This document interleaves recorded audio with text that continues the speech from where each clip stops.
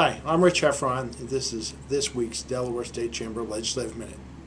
As you can see by my tie with the flags on it, it's almost the 4th of July, which also means it's a couple days after the legislative session ended.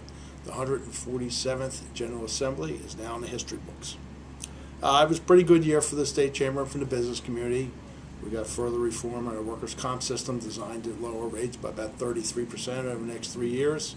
We also, the governor suggested and the legislature approved an increase in the tax credit for research and development for smaller companies, which is also good.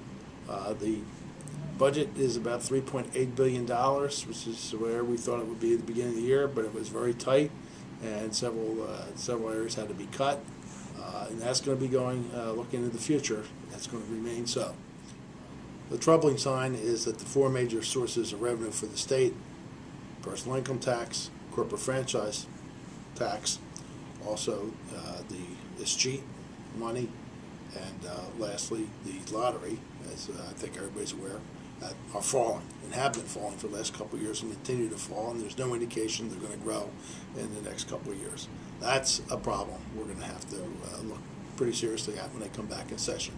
This is also an election year. The governor did not get his increase in the gas tax to fund infrastructure or the surcharge tacked on the property taxes for water infrastructure funds.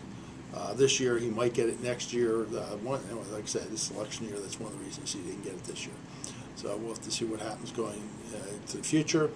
And once again, being election year, there are a couple retirements. There's always a couple surprises during the election, so the complexion of the legislature, maybe the General Assembly, may be different when they come back. We'll have to see. We won't know that until after the November election.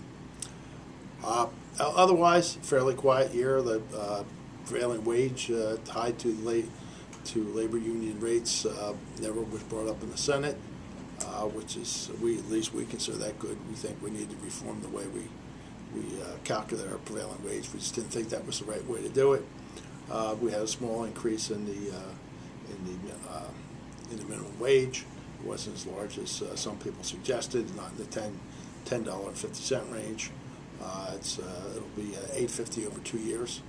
So that we think that's pretty good news. We'll have to look at that again probably next year or the year after. But anyway, that's where we are. Goodbye the 147th General Assembly.